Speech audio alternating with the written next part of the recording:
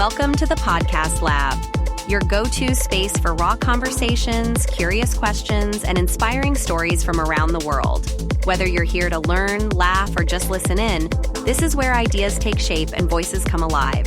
Ready to dive into fresh perspectives and thought-provoking discussions? Let's get started.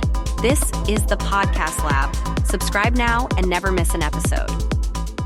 Welcome to the Deep Dive. Today we're going to be looking at the science of lasting love. Ooh, exciting. Yeah, and we've got a really fascinating podcast script that we're going to be using as our guide for today's Deep Dive. Excellent. It's got all kinds of stuff in there about psychology, biology, expert advice, all about what makes relationships tick. I love it. So whether you are already blissfully coupled up, or if you're still out there searching for the one, or maybe you're just curious about the mysteries of the human heart, get ready for some serious aha moments today. Yeah, we're basically creating a cheat sheet for lasting love. Exactly.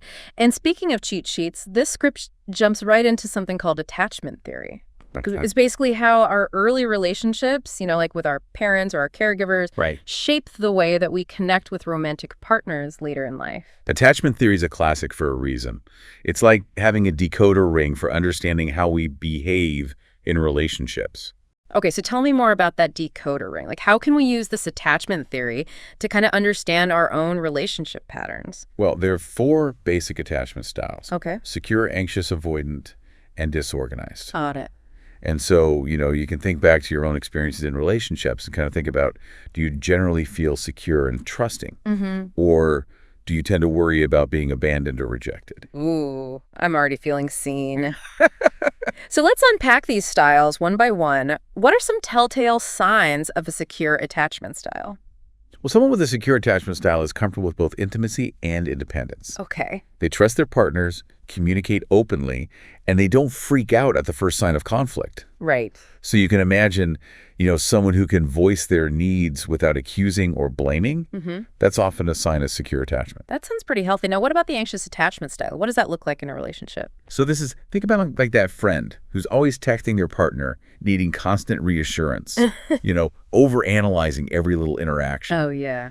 They crave closeness, but they often live with this underlying fear of being abandoned. It's like they're walking a tightrope, trying to balance their need for connection with their fear of being hurt. Yeah, it sounds exhausting. Okay, so we've got secure and anxious. What about the avoidant attachment style? Yeah, so this is the person who values independence above all else.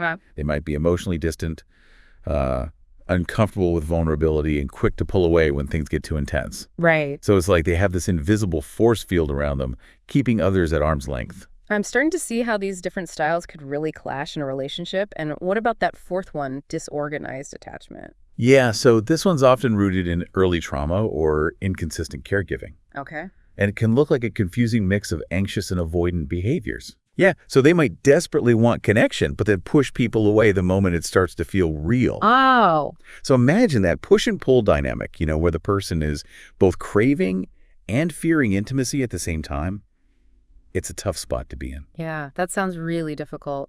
So knowing your own attachment style, and I guess your partner's, could actually help you navigate those relationship roadblocks more effectively. Absolutely. And speaking of navigating, get ready for a wild ride, because next we're diving into the biology of love. Oh, it's a chemical roller coaster you won't want to miss. Okay, so get ready, because we are going to be exploring the brain chemistry of love. Ooh. The script dives into this fascinating world of neurochemicals. Okay. And it turns out love really is a drug. Okay, I am ready. Spill the tea. Which chemicals are responsible for making us feel all lovey-dovey? All right, so first up we have dopamine. Okay. Remember that rush of excitement you feel when you first start falling for someone? That's dopamine doing its thing. It's the neurochemical that's linked to pleasure and reward. And it's really what makes love feel so euphoric, especially in those early stages. So that explains why new love can feel almost addictive. Exactly. Like our brain is basically getting a hit of dopamine every time we're around that special someone. Precisely. It's like our brain's reward system is on overdrive. Wow. Urging us to seek out more and more of that feel-good feeling. But dopamine isn't the only player in the game. Right. We also have oxytocin. Okay. Often called the bonding hormone. Oh, I've heard of that. And it gets released during physical touch. Okay. Cuddling, hugging all those lovely things that strengthen our connection. Ah, so that's why physical affection feels so good. It's not just about the physical sensation. Right. It's literally bonding us on a chemical level. Exactly. Think about it this way. Dopamine might get us hooked, but oxytocin keeps us coming back for more. Okay. It's what deepens our connection and fosters that sense of trust and intimacy. This is so fascinating. But what happens when those initial fireworks start to fade? Yeah. Does that mean that love is dying? You know, that's a question a lot of people grapple with. Right. And thankfully, the script addresses this head on. Okay, good. It turns out that as relationships mature, those intense chemical surges naturally level out. Honeymoon phase fades. Right. But that doesn't mean love is over. It's actually evolving into something deeper and more sustainable. So it's like the love story doesn't end, it just moves into a different chapter. Exactly. It shifts to a different kind of connection. Okay. One that's built on companionship, shared values, and a deeper emotional bond that goes beyond that initial rush of attraction. Okay, so that's reassuring. But if those initial sparks aren't the be-all and end-all, then what really makes a relationship compatible in the long run? You know what allows it to really go the distance. Well, the script highlights 3 key factors. Okay, let's hear them. Aligning values, compatible emotional styles, and shared life goals. So it's more than just liking the same movies or restaurants. Way more. Think of it like building a house. Okay. You need a solid foundation, and that's where aligning values comes in. Okay. Couples who share similar beliefs about things like family religion, work ethic, even politics, tend to navigate life's challenges more smoothly. That makes sense. You don't want to be constantly butting heads on fundamental issues. But what about emotional styles? Yeah. How do you even know if your emotional styles are compatible?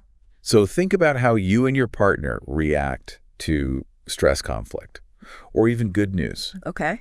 Do you both process emotions openly, or does one of you tend to shut down? Right. Finding a balance in how you approach emotional situations, even if you're not exactly the same, is key for long-term harmony. So it's not about being emotional clones of each other. Right. It's about understanding and respecting each other's emotional languages. Exactly. Okay. And then lastly, we have those big life goals. Okay. Where do you see yourself in 5, 10, 20 years? Do you want kids? How do you view careers, finances, lifestyle choices? Being on the same page about these fundamental aspirations can prevent major roadblocks down the line. All right. So let's recap. Compatibility is about aligning values, finding harmony in your emotional styles, and sharing similar life goals. Spot on. Okay. But even the most compatible couples are going to face disagreements. Right. Oh, for sure. And that's where communication becomes crucial. Right.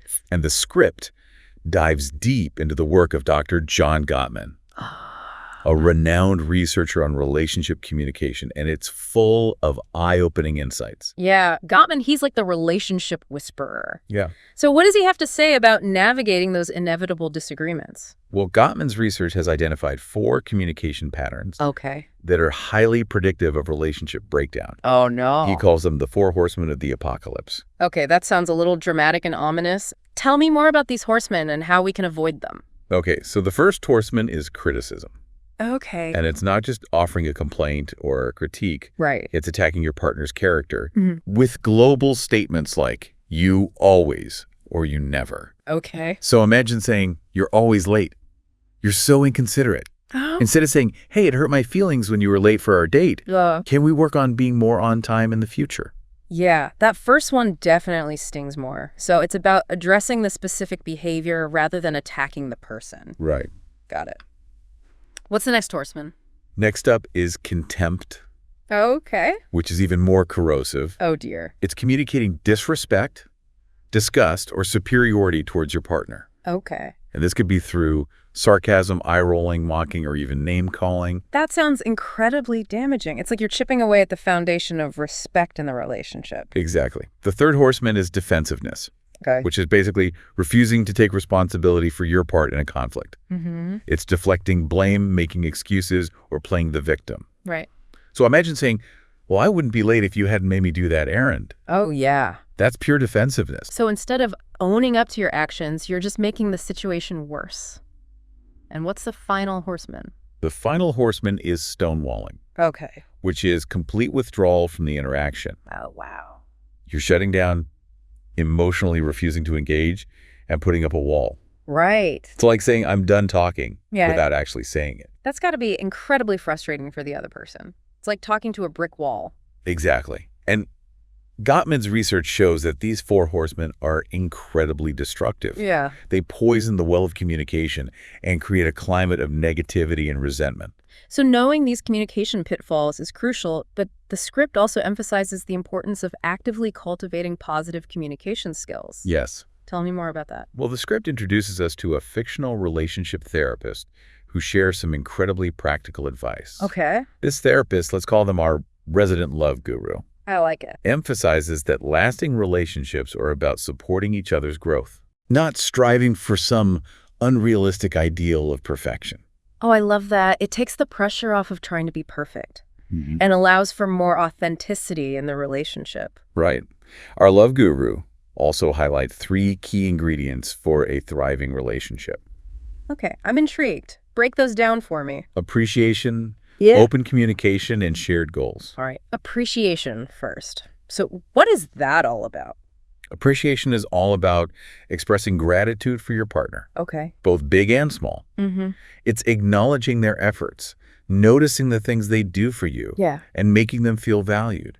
Right. It's easy to take each other for granted as time goes on. Yeah. So making a conscious effort to express appreciation can really go a long way. Absolutely. What about open communication? We've talked about the pitfalls to avoid. Right. What does healthy open communication look like? It's about creating a safe space where you can both express yourselves honestly and respectfully, even when things get tough. It's being vulnerable, sharing your feelings and needs, without fear of judgment or rejection. So it's not just about talking, it's about creating a space where you both feel heard and understood. Yeah. And what about shared goals? How do those contribute to a lasting relationship? It's about having a sense of shared purpose and direction in the relationship. Right. Where do you want to go together? What are you working towards? Having shared goals gives you something to strive for as a team. Right. Something to keep you connected and moving forward together. This is all making so much sense. But let's face it, even with compatibility, healthy communication, and shared goals, life throws curveballs. Yeah. Every relationship is going to face challenges. So how do we cultivate resilience as a couple? What does it take to weather those storms and come out stronger on the other side? That's a great question, and one that we'll explore in the final part of our deep dive. All right, so we've talked about compatibility, communication, shared goals, all these great ingredients for a really strong relationship. But let's face it, no relationship is immune to challenges. Life happens. So how do we build that resilience to overcome those inevitable hurdles and come out even stronger on the other side? Well, the script offers this really interesting perspective. Okay. It suggests that couples who view conflict as an opportunity for growth, Okay. rather than as like a sign of incompatibility, tend to be more resilient. So instead of seeing disagreements as like a relationship deal breaker, we should see them as chances to learn and grow together. Exactly. Oh, okay. It's a really subtle but powerful mindset shift. Okay. It's about approaching conflict with curiosity and a genuine desire to really understand your partner's perspective, even when it's really hard. So it's not about avoiding conflict altogether because, let's face it, that's impossible. Right. It's about changing how we approach it. It's about seeing those disagreements as stepping stones to a deeper understanding of each other. You nailed it. Okay. The script actually highlights research that shows that couples who embrace this growth mindset tend to have more satisfying and enduring relationships. Right. They develop this stronger sense of we-ness, and they become better equipped to handle future challenges. Okay, that makes a lot of sense. But even the strongest couples can fall into ruts, right? Especially as time goes on. It's easy to slip into routines and maybe take each other for granted a little bit.